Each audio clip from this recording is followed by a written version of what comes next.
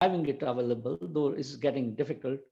When you see the scenario in the cities, in the urban areas, it is most hopeless.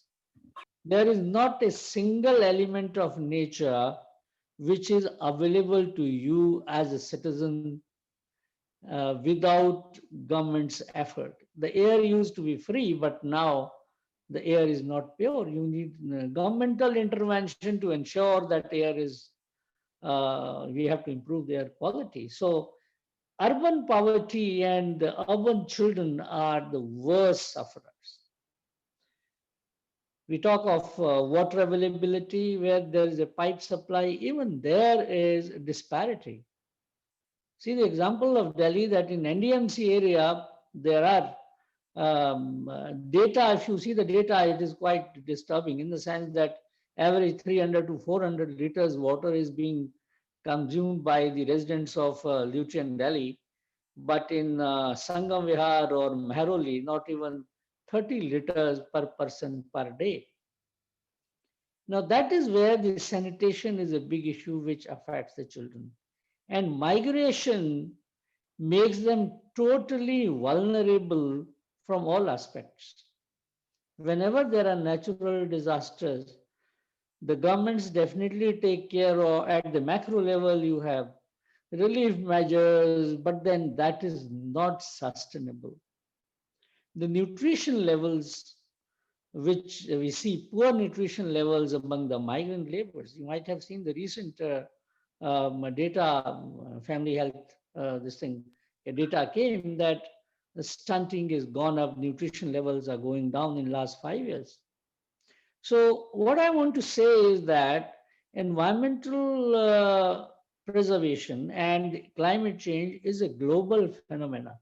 Definitely what is happening in Indonesia or what is happening in Amazon Delta, the way forests are being cut, or what is happening even in our Indian states where the forest timber is being smuggled in the hills, that is something affecting every human being, and mother and children are the worst sufferers. Now, what to do? Can we have communities which are resilient? Now, we generally talk about the issues. We generally talk about the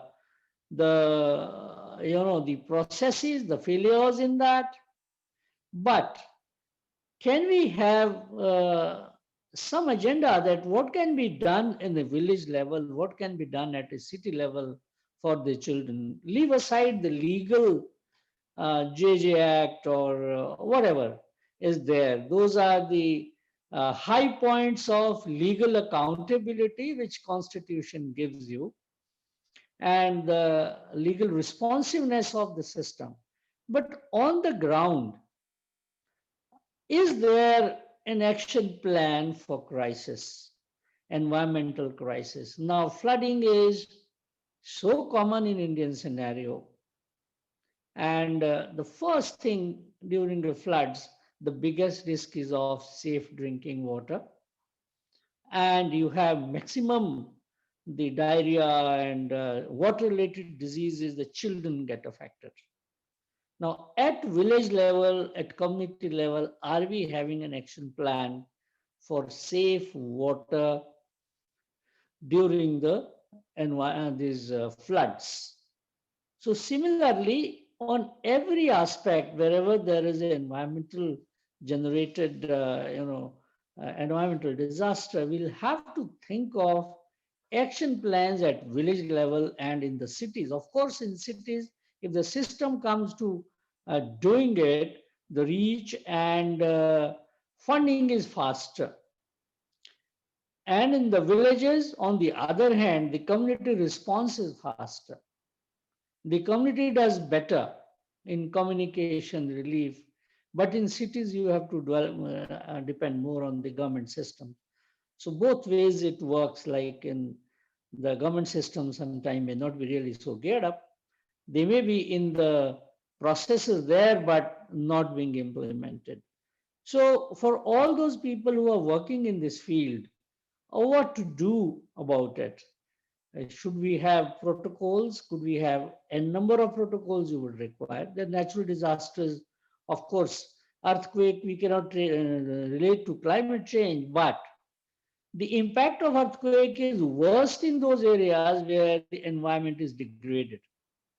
The hills, the way we are building roads and we are, 4 lanes, 6 lanes. I wonder if I belong to Himachal. My place is 100 kilometers from Simla.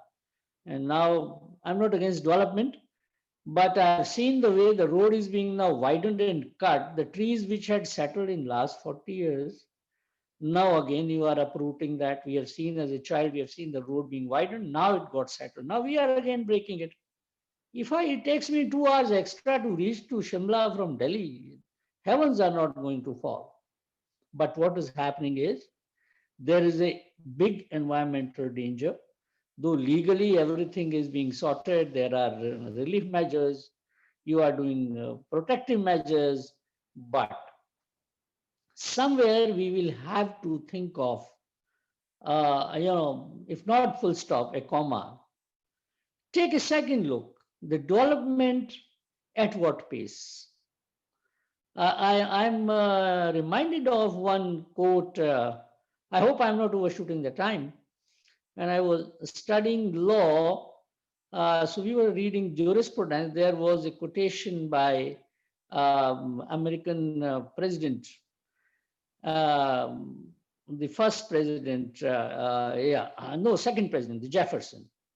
He was a visionary. He said, no government can contract a loan which cannot be paid in 30 years because one generation cannot bind the next generation.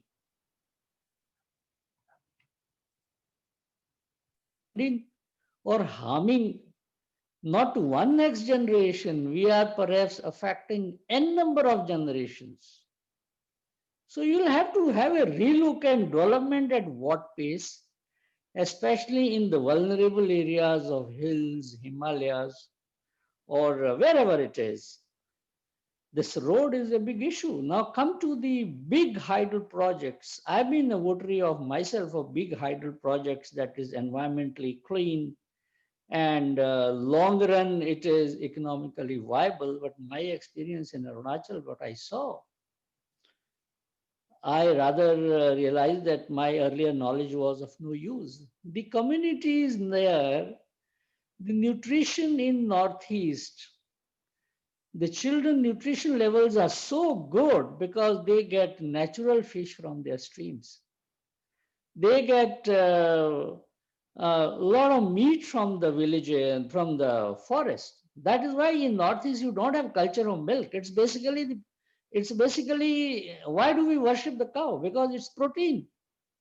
Now to definitely we had to idolize it so that people understand it. And so that was a very good way of telling that it's a mother because you get milk from the cow. Basically, it's protein.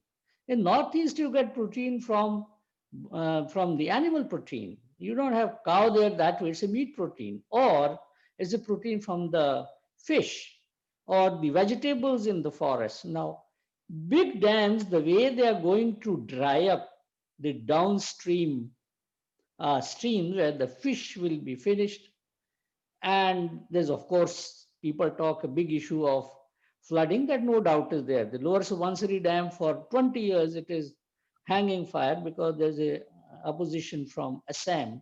There's this dam in Arunachal can flood the lower area. Now China is doing their big dam. We are worried. But at the same time, the children nutrition levels get affected if you go for these mega dams and they dry up the resources, the streams, the water availability. It's happening in Himachal. The water availability in village is going down because of the too much of tunneling and these big dams. So that's why I said, if one generation cannot bind so many generations beyond their own generation, the cycle of development is rather really skewed and it is affecting our children. The availability of water, availability of nutrition. The nutrition angle, very few people see it from that way. That in the tribal communities and in the forest communities, they cannot buy protein. In Delhi, I buy my milk. It's pretty costly. I buy my fish. As a whole economics and politics of proteins. And then we talk of nutrition for children. Government schemes are there that in the villages you have backyard poultry, this. It was all for children proteins. Excuse me, It is sir. not so much about money. So Excuse me, sir. I We have one always minute. believe in, yeah, I Okay. would request all the people who are participating here to think of some action plan at village level, ward level, and also have, let us tell our decision makers that our development, the pace of development, direction of development, we should not spoil it for next generations. I gave a very generic picture because being in government, I have seen how from a different perspective. So I didn't give you many of the numbers as a researcher. I could have given you numbers. So that is all I had to share. That the crisis is there at macro level. We are seeing it, but at micro level, it's much more severe, affecting women and children. And let us all get together to have some action plan, and at the same time force our decision makers to have environmentally sensitive and mother and child sensitive planning. Thank you very much. Thank you, sir. Thanks a lot. It was a learning, uh, as usual. I must say, as usual, hearing you was it was a learning for me, and I think everybody who are participating over here. Now we have Dr. Anjal Prakash with us. Dr. Anjal Prakash is right now research director and adjunct associate professor at Indian School of Business. इसके साथ साथ doctor प्रकाश जुड़े हुए हैं inter governmental panel on climate change के साथ भी, जो एक इंटरनेशनल ऑर्गेनाइजेशन है, and he has authored many reports for them, and one of the reports which he has completed as lead author was a special report on oceans and cryosphere of the year 2018. And again, he has been working on on urbanization and in the high mountain regions, and gender and equity issues. So now I would request Mr. Anjal Prakash to please address to the house. Thank you so much, sir. And next 10 to 15 minutes, I'll quickly go through the issues. I've titled my presentation as Children's Right Under a Changing Climate. I think I agree with most of what Ramesh ji has been saying about the climate change and the related issues which are there. I'll try and figure it out how, especially from the report that I was I was involved in. This is an IPCC special report which has looked into two interconnected system, the oceans and the cryosphere, and this was released in 2018. This looked at the systems of climate change in the world. The report was based on we had about 6,000 plus papers. We looked at different scientific papers across the world, and about 104 authors, all the climate scientists, most of the climate scientists working on these issues were part of this report from 36 countries. So this is a report which culminates major issues, which is the changing spheres, which is happening in the two integrated system, which is the oceans and the cryosphere. I'll try and draw this inferences for what it means for India, and then I'll get into the issues of child right, because that is very closely associated with the changing climate perspective.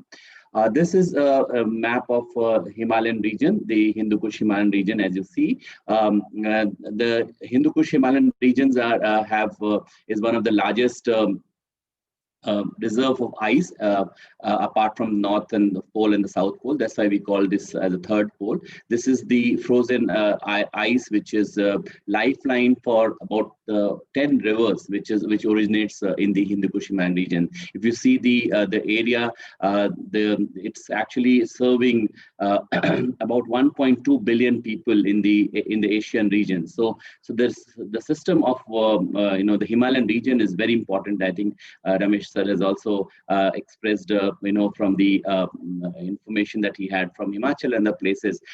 This is about, there are about 54,000 glaciers, which covers 60,000 square kilometers of area. It is the largest body of ice outside the polar region. In the region, if you see the mountain region, there are about 210 million people who are staying, and 1.3 billion if you calculate the entire river basin from where these rivers are originating. And the center of this river is the Mount Kailash, from where most of the rivers actually are originating, and that's why it is very important for Hindus and the Buddhists and Tibetans in that sense. What are the report actually has is global in nature. So I will try and decipher what it means for India. So we have about about 10 states which are Himalayan states, and then there are 2 territories which are Himalayan territories, which is a small portion of the state as part of the Himalayan region, especially West Bengal. And this is area which is impacting about 86 million people as per 2017 number. This is projected to increase. The number of people staying in this region is about 110 million. So this is the size of people we are talking about. Under the one point, we all know that the global warming is happening at a very wide scale. The report is also saying that if the scenarios are not changing, we are going to exceed 1.5 degree global warming scenario by end of century, and that is something which is going to be impacting the Himalayan glacier. So if the business as usual scenario goes on, we will be losing about 64% of the glaciers by end of century. That means about more than if 2/3 of glaciers are only left, you can imagine the changes which will be brought in the river systems, and that impacts people because about 1/3 of humanity actually is going to be disbenefited by the whole process. So a huge number of people are going to be impacted by the changes in the system. They also, because these are, the whole region is economically very vibrant region. It has fresh water reserves, it has biodiversity and the natural resource that it provides. So it is not only about the glaciers, but the supported ecosystem that it has, associated system, which is going to be impacted. So what happens to Himalayan glaciers are actually going to be impacting about 2 billion people in Asia. It's not only South Asia, but it's also about other regions of Asia. Now let's go to the coast. In the the report has actually said that the sea level is rising globally. The ocean has warmed up. It's more acidic. So the oceans, every time it warms up, it actually impacts on the fish production system. The sea level rises because of the glaciers melting. It goes to the sea, and then the sea level started rising. That means more of the areas are going to be coming under the sea. In Bangladesh, there's one projection that 2/3 of Bangladesh is going to be drowned in water because of the rise in sea level, and that is thing because it is rising at the level of 3.6 millimeter per year, and it's accelerating. So that's one. Second is coming to India, we have about one of the 7th largest coastline in Asia, to the tune of about 7,500 kilometers. We have 9 coastal states, 2 union territory, and the kind of a population that we're talking, only about 10 meters from the coastal region, about 560 million people. This is like entire states, the coastal states, and then 200 million people who are directly affected. And these are the people who are the poorest because they are the fisherfolk people working directly dependent on the lives and livelihood dependent on sea. And that's the people we are talking about. Also, some of the big cities, and Ramesh sir has also talked about the urban areas. And I would like to re-emphasize that the coastal cities like Mumbai, Kolkata, Chennai, Goa, Vizag, these are all cities which are going to be at a greater risk because of the changing climate. Now, I'll try and decipher 5 major climate change issues which has implications on our lives. First is definitely the way we are warming up, the changing climate. Second is about water storages, because water demand and supply gaps is increasing. These are all sustainability challenges which has some of other way have linked with the climate change issues. Third is rising temperature. The temperature is there's a recent report which just come up which says that this year was one of the the temperature was the highest in the century, and that is something which is alarming. Then we also have increased urbanization, and this urbanization is unplanned urbanization. So we are engulfing more water bodies. We are, rampant infrastructure development without looking at the implication of these development on the natural resources. That is which is worrisome. Then industrial pollution, the kind of industries that we are promoting, and the lack of regulation leading to pollution. These are major challenges that we see. But the key sectors which will be affected is I'll start from the bottom, which is definitely water, because water is the one of the sector which is very closely linked with climate change. We also have agriculture and food security. Because of the monsoon changing, there will be, the predictions, and we are already seeing that the rains the number of rainy days will be shortened, and you have excess rain during a small period of time, which would actually lead to, and which is leading to, that when you have a standing crop and suddenly there's a spell of water, rainfall, which destroys the crop, and it affects the agriculture productivity. Also, the changing climate, because of the agriculture season is very much prone to climatic stresses, and that is leading to a lot of decline in agriculture productivity. Economic growth, obviously, because all these changes are going to be directly impacted on the economy of the region, and then health. I think climate change and health is something, waterborne diseases, the vector-borne diseases, all these diseases are going to be rising, and that is something that climate scientists has been warning us about. Global warming, as I said in the beginning, also this is the average temperature is rising in India. We are among the most populous countries. We also lose out most because of the heat stress, and our cities are becoming very hotter because of the issues of urban heat island. The way we are building without cleaning all the water bodies, all the forests are cleaned up to just have concrete jungles, and that is leading to more warmer future. And this is the graph which shows actually how from 1900 till 2010 what the rise in temperature, the average rise in temperature, and this is increasing. The graph is also already increasing, and that's something that is worrying climate scientists, and the implications for development workers and people who are directly involved in this one. There's another study which WRI, the World Resources Institute, has come up with, which says about 54% of India is facing high to extremely high water stress, and the global warming and the heat stress, all these are interlinked with the climate crisis that we are talking about. So these are the issues on board. Let me just very quickly go through the children's rights and how children's rights are closely associated with the changing climate issues and the problems that we are bringing it way.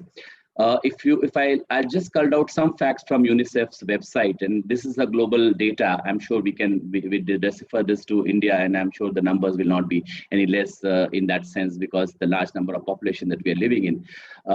Around 500 million children are now living in areas that is extremely high risk for flood due to extreme weather events. And this is something that we are experiencing. Most of the flood in the Himalayan regions and the downstream in Ganga and Jamuna and Brahmaputra river beds are increasing. And that is something, and cyclones are coming, the rising of sea levels, all these issues, children are at risk. About 160 million children, they live in areas which is experiencing high level of drought. And by 2040, the projection is that 1 in 4 children will live in the areas of extreme water stress. And that is a global figure. And you can imagine if you decipher this for India, what is the number going to be? Third is the weather-related disaster that is increasing the risk of girls to drop out from the school. This has been, a lot of studies have been done in terms of water sanitation access, but also disaster leading to children, especially girls, dropping out of school.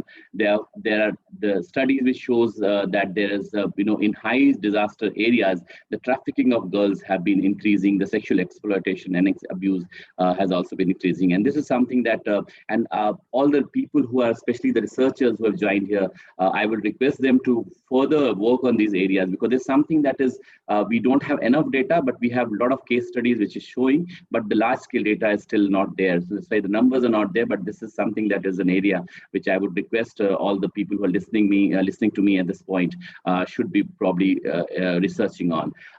Then about 90% of the disease, burden of disease that is attributed to climate change is born by children under the age of 5. And that's something, again, that you know the children under 5, children, the mortality is very, very high. And that is also, especially in the climate stressed region, this is the numbers are much, much higher than the other places. And that's the figure which we have.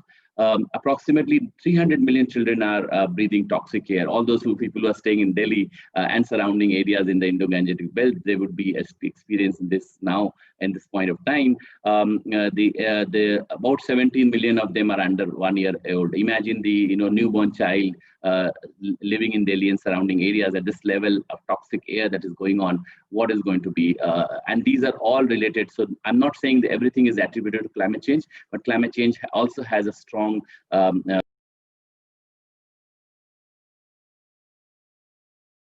I have been unmuted. Sorry. Okay, let me just unmute myself. Okay. Let me just, this is the last slide. So what is to be done? And this is something that I'm only focusing on what governments could do. I know what civil society can do, what other things we are more or less familiar with this. So I'm focusing only because the action actually is required at a scale which is higher than all of us put together. First is consulting children and child rights organization in planning any activities. So we have a lot of adaptation planning which is going on, but I rarely hear anything which is community consultation has happened, and all the more children are consulted in the whole process. So that is something that we must be looking into. Second is also the child rights analysis in adaptation plan. How are your adaptation plan in tune with the following the rights of the children and the slated objective that we have from all the international charters that we have signed up to? How are they in sync with the adaptation plan? That is something that we need to also look into. Also the monitoring part. How do we monitor the environmental health of areas, that thing that I've outlined, the health part of climate change and health issues? How do we monitor that which is affecting children? For example, the air pollution at this point, we don't have any data which disaggregates us to tell us how many children are at risk and what has happened. A lot of children have faced breathing problems because of air pollution, but we do not have much data on this one, which we can bring it to the fore, especially in public domain. Then also ensuring the children's right, which is protected in climate change hotspot area. Now we know that the Himalayan regions are hotspot, the coastal regions are hotspot, the semi-arid regions are climate change hotspot regions, and that is the mapping of these areas.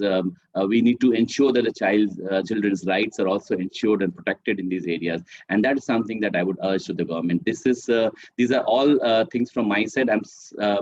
I'm going slightly faster because in the interest of time. So thank you so much for listening to me, and I'll be happy to take any questions later. Thank you. Now we have Neeruji with us, and she's a child rights activist and has been into the field of child rights since last 16 years. And her project, My School, My Voice, was a project which was appreciated, not only appreciated, but projected by UNDP as one of the best practices. She is right now an advisor, consultant in an organization which is known as Joining Forces of India. Is a network of many frontline NGOs working in the field of child rights, and she's involved there as an advisor. Now I would request Neeruji to please take over the house. Neeruji? Neeru? Yes, Shashankji, I was unable to unmute myself. So I'm audible now, right? Yeah, you are audible. Yeah, great. So thank you so much, Shashankji, for having me here today. And I really want to thank Mr. Negi as well and Dr. Prakash. Mr. Negi, आपने जो भी है, मुझे लग रहा है कि मैं शायद CRC या कन्वेंशन के ढांचे में जो चीज़ें क्लाइमेट चेंज पे रखूंगी वो बहुत ज़मीनी स्तर पर आई बिलीव आपने उनको एक अपने एक्सपीरियंसेस के माध्यम से बताया, which was very interesting. And Dr. Prakash, it was interesting indeed to hear the research findings. And yes, I mean, so as I was listening to you, I was also reminded by what Mr. Bill Gates very recently, in his Gates notes that he does. He was talking about pandemic, and he said that if you're finding the pandemic, this pandemic of COVID awful, then climate change could be worse. So and to understand the kind of damage that climate change will inflict, look at COVID-19 and spread the pain. Understand that the pain that we are feeling now will be will be spread for a much longer time. So that was his way of, I think, reaching out to the people at large to make them understand about the threat of climate change. Because as you may agree with me, that the people at large, we do feel the effects of climate change are going to be unreal. And he was warning. He also said that that if we learn if we really learn the lessons from COVID, then we should be approaching climate change in a more informed way. So I mean, I'm not clearly linking between climate change and COVID, and I know that there's no clear evidence that ascertains the links between both of these. But it is also a fact that increasing deforestation, rainfalls, they do disturb natural habitats of animals, and therefore, and they do also increase contact between humans and animals. So this may result in different forms of viruses. Indeed, the impact of climate change is global in scope and unprecedented in scale. And according to the Global Climate Risk Index of 2020, India is the fifth most vulnerable country to climate change impacts. Research reports from UN and a very recent research report from Save the Children on climate change and child rights. They do provide us evidence on why and how the changing climate impacts children disproportionately. Even the Paris Agreement, the considered to be landmark global action plan to tackle climate change, acknowledges the importance of protecting the rights of children and ensuring the intergenerational equity that both my earlier speakers also talk about. So in the next few minutes, I think we'll quickly go through the climate change with the lens of child rights, or vice versa, I would say. Okay, I'm just going to put this on us. Yeah. Okay, so why do we focus on children? So I think for the first, children are one of the largest groups affected by climate change. Children face disproportionate and cascading forms of climate harm, and we have to agree and accept that children are least responsible for this. It's we the adults who are responsible for it at large. And children, even though they've not contributed to the impact of, to the causes of this, they would be, it's kind of, we are living a very I would say a deadlier kind of a word for them, because they'll have to face most of the brunt of this. And whatever gains that we've made from after the, since the UNCRC was signed and ratified, and it was signed in 1989, those gains are also being threatened with this increasing climate change. So, okay, very quickly on what is CRC, the rights in the CRC, so I am going to refer, I mean, our constitution as well also gives children fundamental rights. I'm for now, for this presentation, I am pertaining and focusing on the UNCRC. So the CRC is the United Nations Convention of Child Rights. It applies to all children under 18 years of age, as per, and India, and it's the most widely ratified convention for children. And India ratified it in 1992. With ratified, I mean, I agreed on all the all the principles and articles that are mentioned and stated in the CRC. We have to also give our reports to the United Nations, which is known as shadow reporting and all. So rights of the children are universal. It says the right, it has to be all the children, irrespective of caste, creed, age, within the 18 years of age, they all have the same rights, and it's best interest of the child is paramount. So when you have to make any decision, then the adults are making a decision, they always have to think of with the best interest of the child.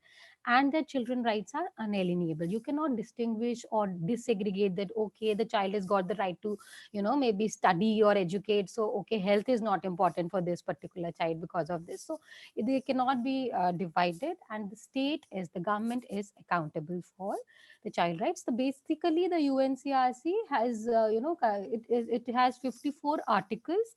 Within that, there are 4 basic foundation principles that we'll just go talk about. And largely, if you see, it can be grouped in 4 sections, which is right to survival, right to development, protection, and participation. Okay, so what is the, how, what we are going to touch now is how is the right, the climate change and the principle of no discrimination affecting, the child being affected by the climate change. So climate change impacts the basic fundamental, so this is actually impacting the fundamental principles of CRC, which it disproportionately affects the most marginalized children, children from economic poor households, children with disabilities, children on the move, street children, children without parents. Girls often face particular risks due to gender discrimination and gender roles, making them responsible for household tasks. School dropouts are very high in girls, as we know. Economic distress in families prompt early marriage. Children children who work in labor, tobacco farms, street children are exposed to hazardous concentration of contaminants. And then we see climate change act against their interests, the children's best interest, and they threaten the effect the rights of the child, making them vulnerable, affecting their basic needs, education, and exposing them to all forms of abuse and violence. States, so the article, this ensures that the states are responsible. The Article 4 is saying that it's the government responsible for or accountable to ensure that children achieve their rights. And situation of what happens, when situation with the very recent, even if we take example of COVID as disaster-like situation, it weakens the entire situations, weakens or rather collapse the government systems and structure, which are essential. Not only schools, we have seen a near collapse of child protection systems, delayed access of necessary immunizations, Anganwadi is closed. So it does affect children's, the state's ability to serve the children or to protect the children or their rights. Okay, so what is the right to survival tells us? So many of the, it says that the children have the right to basic necessities, all kind of necessities, food, shelter, home, so these are the basics in life, and children have the right to that. And in no situations can those rights be taken away from the children. But what happens when there's a situation, when there are situations of disaster or humanitarian situation? It was also mentioned about that many of the main killers of deaths in young children that are undernutrition, for example, and that acute respiratory infections, diarrhea, malaria, vector waterborne diseases, they are highly sensitive to climatic conditions, and nearly 90% of burden of disease attributable to climate change is borne by children under 5 years. A study that I was just going through and published by the Environment Working Group, it found an average of 200 hazardous substances in the blood of umbilical cords in a group of US born babies.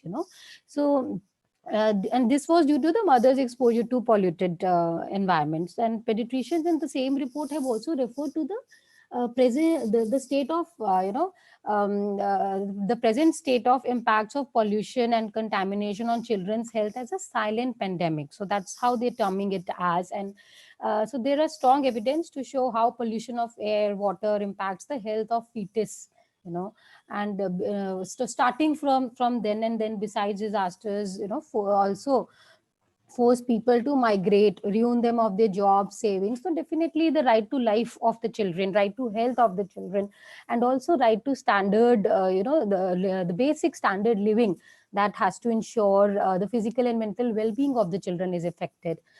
Destruction of infrastructure and as such as hospitals, schools during disasters, as a result of the sustainable or climate change issues also. threat the children's right to survival. Children are more prone to injuries, as we do, So okay, so the second group of the rights of the child, the right to development, how is the right to development affected? So within the right to development, so I'm not taking all the 54 articles here, but I am taking some of the articles that we can directly link to how are they, or how the rights of those rights of the children are impacted by the climate change. So the Article 28, for instance, says, says that the right to education of the children needs to be, is an alienable right. It's a fundamental right. So, but the likelihood of children dropping out from schools at all levels, especially girls, and pushed into labor, increases manifold.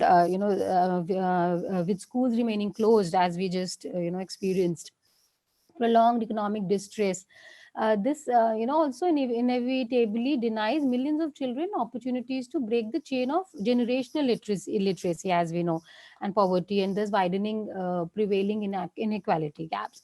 Loss of traditional species and land and migration can impact the right to identity, language, culture of a child. And of course, it also impacts the children's right to relax and play. In within the UNCRC, if we say, almost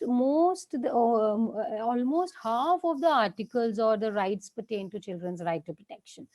Um, and how the climate change affects it. I think humanitarian situations actually aggravates existing vulnerabilities and expose children to a higher risk of child labor, child marriage, trafficking, sexual violence, and exploitation in different settings within family, custodial institutions, as well as online. And there've been, again, there's been a lot of evidence with regard to that, which clearly tells us. Very recent evidence also. There have been very many reports which have documented, even with primary research data, how children's right to protection is being threatened, not only within their families, even with a very high increase of sexual violence against children, with children having no mechanism to voice, or their for instance, the no child protection mechanisms existing, or even schools closed. So this posts children at a great threat of all different kinds of not only neglect but abuse and exploitation as well. As well as and right to participation. So this is again, one of the fundamental principle also of the within the UNCRC, which is talking about children's right to participate. Age appropriate. So it calls for an age appropriate understanding about the actions that children can take, or within the decisions that impact their life. And that the people at all levels, from the families, communities, as well as the government at large, and at global platforms, children must be heard. So if we look at for and with the climate change, again, these disaster like or humanitarian situations, children right to participation, which otherwise also you would agree with me is very threatened and challenged, is completely reduced. And with children not having again enough enough platforms to participate. In terms of the some community based, I think Mr. Negi was talking about what if we plan, we have to plan at the community level. I would definitely agree with that. I think more so with the climate change, these kinds of situations, because if you go into the depth of why this is happening, we would find that it is basically, the largest reason to this is also the practices of human beings, so our practices actually. And or the way that we live our life, or the way that we treat the natural resources. And if that we start at the community level, the planning starts from within the community level, I think it is going to be have huge positive impacts then. Because the way that, because climate change is a lot to do with how the people are responding, and so the solutions need to be customized. But I think these few strategies that probably I would suggest are also in line with how we were thinking about that the rights of the children would have been achieved in the recent COVID-like situations, when the entire, as I was mentioned, as we all understand, the lockdown period, and before and a little later also, it led to the collapse of the systems, whether it's the ICDS systems, which ensure food and nutrition for children, or the ICPS structures, which ensures that children are in distress, are protected from different forms of exploitation. So strengthening of existing, these structures with improved guidelines, trainings, infrastructure, funds, and coordination. I think there has to be learning for a workforce, for our frontliners, workers in all these areas, on how to respond or act in the times of such disasters. I think so. These are some. Neeruji, we have 2 minutes more. Okay, sure. I'll quickly go. So, and using technology, I think using technology is again, how we can improve the ICT solutions. And you can look at the CPIMS Plus structure. It is an app done by UN, and how this app can be used and customized for India, for instance, for case management, for the children in distress, and promoting sustainable water management again, and climate smart agriculture, training of the farmers on climate smart agriculture, and most importantly, the voices of children. So within the, so I would recommend very strongly for the civil society organizations and the governments. And very recently, during the Children's Day, we saw Mr. Naidu having a parliament or a discussion consultation with children on climate change. I think that was a very welcoming step. So recognizing the unique needs and capacities of children, engaging children in adaptation, decision making, and implementation and monitoring, providing children platforms at all levels, building a climate change adaptation literate generation, a literate. So, building. So if we work with children, I think we'll be building a literate generation, and which is very important. So. Focus on the most vulnerable and prioritize the community-based adaptations. And we just talked about little strategies before. For me, I think the two key takeaways that I may like to leave with this group would be looking at the climate or the climate change with or the climate, I would say, with 3F framework, as I call it, like finitude, fragility, and fairness. So we always should be remembering that the climate, the earth, the resources that we are provided are finite. They're not infinite. Must always remember that. And that they are fragile. So beyond a particular, level, they cannot bear the shock. So we have to be very careful and not stretch the resources till that level where they collapse. They're not able to bear the shock and they collapse. And when we think about, or when we try to fulfill our needs, we always must, as individuals or as organizations or institutions, think about the fairness aspect, that we are being fair for the others also to use within these finite resources. I think this is important. And the second key takeaway that I would like to leave you with is to listen to children, to give them the platforms, to educate them on on all the information, and then make them take action from the community level till the global level. Thank you so much, and I'll be very happy in case I'm able to answer any questions that you have. Thank you so much. Yeah, we have some questions in the chat box. Ratna, please, will you please help me in raising those questions? Yeah, one is from Maharashtra organization for Mr. Negi and Dr. Prakash. They are asking that how do we need to preconceive the situation, and when there is near absence of political will, apart from the facts and figures that we have. So how do we make a change? And then second is from Pallavi madam. She says she's working near the border areas with Bhutan and Arunachal, and there are lots of dams being built over there. So how can we sensitize people on child labor? Because what she's seeing is that from the tea gardens, that child labor has been brought here to work. And what are the steps that we should take? So these two questions. So Dr. Negi and Prakash ji. So I think Negi sir would like to address first. You have to unmute yourself. It's okay now? Yes, sir. Yeah, my friend from Maharashtra has mentioned that there is lack of political will. Yeah. Now, political will is basically dependent on the urgency we have to an issue.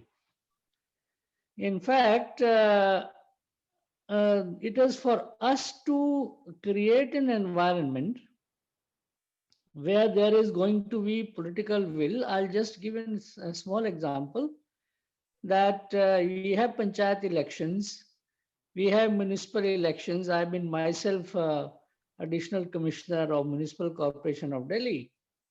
Now, your wards in Bombay or wards in Delhi, for that matter, even panchayats, now women are now very active. Self-help groups are active. Social media is such a big power which all the very, very big, powerful people are realizing. It is for us who are in this field to really have some basic agenda that we want basic sanitation, water. These are things which it coming from the presentation that Dr. Anjal Prakash also mentioned, the Yeah. water scenario all over the country, whether the Himalayas and whether it is on the coastal. So we all activists will have to really create an environment for this, that water as a fundamental issue and water should be equitably available. Not that where you have big buildings, you have better water supply and the other one get less. As I mentioned, there is so much of inequality here. So we'll have to make noise about it. Yes. But fortunately, social media gives us a tool. Right to information gives us a tool to see that whether water is equally distributed in different areas in communities. And fortunately, there are still some people in judiciary who would be willing to help you out. And my own experience is, I'm taking 2 more minutes extra, that my experience in Delhi with Child Rights Commission, though in IS I've been handling a dozen of other subjects. But in Child Rights Commission, I realized we are in a very lucky situation that activists, media, and judiciary are on the same page. And then government is always forced to be on the same page, or rather, they are forced to be seen on the same page. So we have a very good opportunity. That was one question, Hmm. which I answered this way. It's again making noise. Yes, sir. And second, you mentioned about Arunachal. I worked in Arunachal for 4 years. Yes, I sir. think my best days were there when I worked there. And it is there that I got a little change in my perspective. I must share here because a lot of people are here who are not from Northeast. So I mentioned it earlier also in one of the talks that Northeast, you have a lot of protests going on. Every day there are protests. In Assam, we had to cross. We would ask the SP first whether there is a ban. We were told there are about 60 bans every day in Assam. So I asked one Assamese officer why Assam is always restless. They say we are emotional people. We want to settle emotional and environmental issues first. You all see from economics only. And it was a great learning to me that people in Northeast talk more of nature, environment, emotions. For them, economic well-being is later. I think that's very sustainable. Yeah. And second, I realized was that when they make noise about dams, there is a genuine reason. Because in dams, the ecology is affected. One tree goes, it will never come back.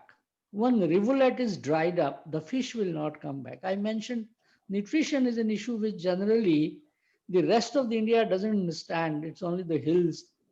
They'll see that with these mega dams, how they are affecting. So I Thank you. think if you need an action there, there's a child labor.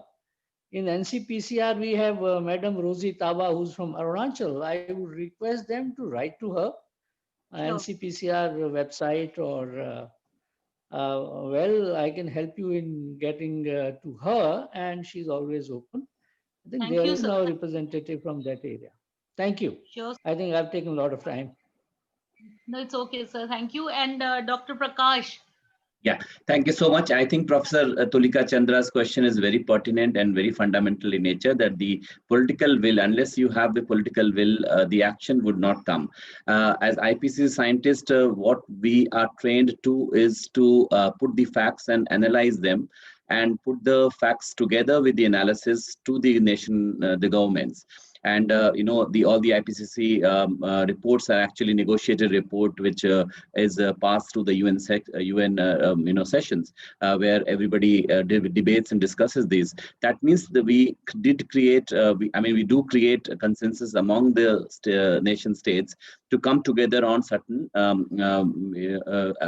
what I would say the solutions that we provide, in a sense that these are not policy prescriptive, but they are something which is which the state governments or the national state governments have to work in terms of the pathways. So we do give them a kind of clear pathways. If you do 1, 2, 3 things, you will take this path, which will lead to a better and sustainable future, and that the government have to have to weigh whether they are going to take this path or the other ones which is available for them. Now, coming to the question in terms of how do we create, I think Dr. Negi has already expressed this one, and I leave that on Neeru and other people, because you are the people who are working on ground with the children, and that's the groundswell of these issues to be brought up to the policy is something that the link we need to break it, but that is something that probably the activists and people working on the ground can take it forward. Thank you so much. Thank you so much. Shashank ji, over to you once again. Thank you, sir. Thank you, Negi sir. Thank you, Anjal ji. Thank you, Neeru, and thanks to everybody who has been participating over here. And can I request everybody to open the camera so that we may take a photograph, group photograph. So please switch on your camera, please, everybody.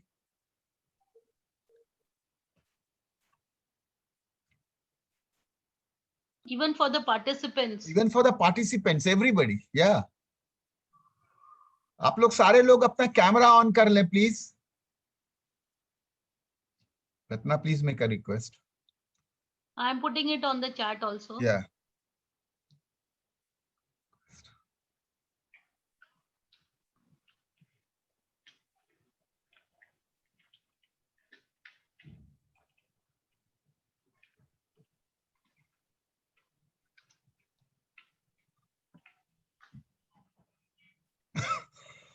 आप सबसे अनुरोध है अपना अपना camera on कर लीजिए ताकि हम एक ग्रुप फोटो ले सकें. सारे पार्टिसिपेंट से भी यही रिक्वेस्ट है. स्पीकर्स ने ऑलरेडी कर लिया. नेगी सर, आपने कैमरा ऑफ कर लिया.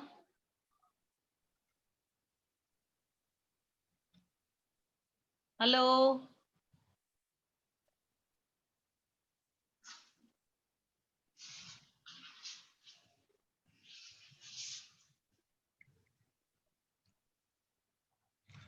Negi sir, please switch on your camera, please.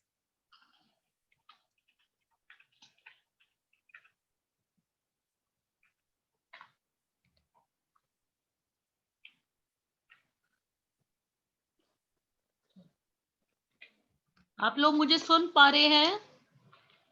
Heavy rain, sorry. I think then I must take the photograph of all those who are present right now. क्या रत्ना, आप क्या बोलती हैं? सर 3 जने ही दिख रहे हैं हम लोग. नीरू जी हैं, डॉक्टर प्रकाश हैं, मैं हूँ. आप भी नहीं दिख रहे हैं. नहीं, हम भी अब दिख जाते हैं. Ratna ma'am, Smriti this side. We are also there on video. Yeah, you are there. I can see you. But we can't see you, Bhaiya. But we can't see you. Okay. Now, Ratna, put it on the gallery mode. Yeah. I am also here. Yeah. I've Ratna, done go that. to the gallery. Somebody on Ratna ma'am, Jyoti Rathi this side. मैं भी हूँ. Ma'am, हाँ दिख गए आप. Phone जिनका है वो नहीं दिख रहे. चलो, shall I do it? Yeah. ले ली. Please on iPhone, please आगे आ जाएं. अपना कैमरा ऑन करें.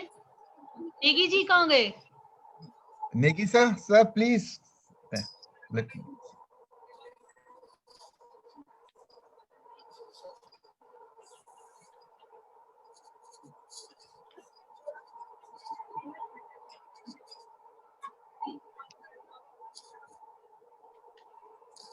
Abhi nahi aaye Negi ji, but still I've clicked. Okay, let us wait. I think it's Geeta ma'am is also there. Huh? I think.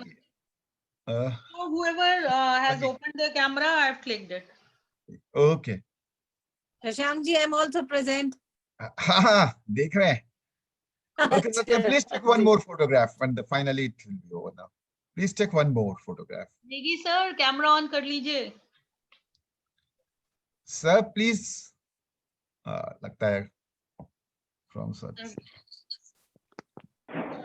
एक और आप भी एक बार ट्राई कर लीजिए, मैं भी ले रही हूँ. हाँ हम कर उनको मैसेज डाल दीजिए सर, मैसेज हाँ, डाला है मैंने. डाल दिया सर तुमने मैसेज Okay. भेजा. So, a great evening. Thank you, everyone. Thank you. It was really nice. Yeah.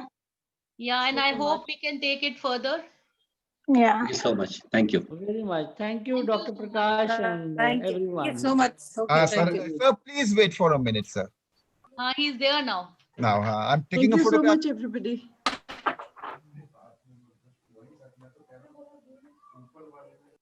Okay. Okay, So thank you, Nidhi. And from Thank Sitavi, you. Thank you so much, everyone. thank you, Thank you, Neetu. Dr. Prakash. You had very good insight on Himalayan region. Dr. Prakash, Negi sir is thanking you. Dr. Anjal Prakash, I can think you he's hear? I left. think he has left. No, लगता है Okay, thank you everyone. Yeah. Shashank ji धन्यवाद, बहुत बहुत Wait. धन्यवाद. Okay.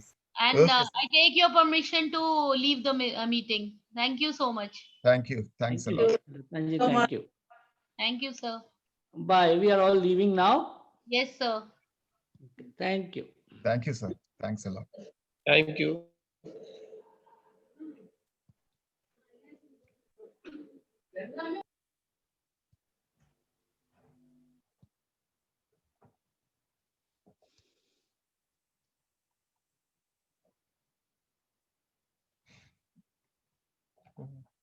हम कैसे छोड़ देंगे?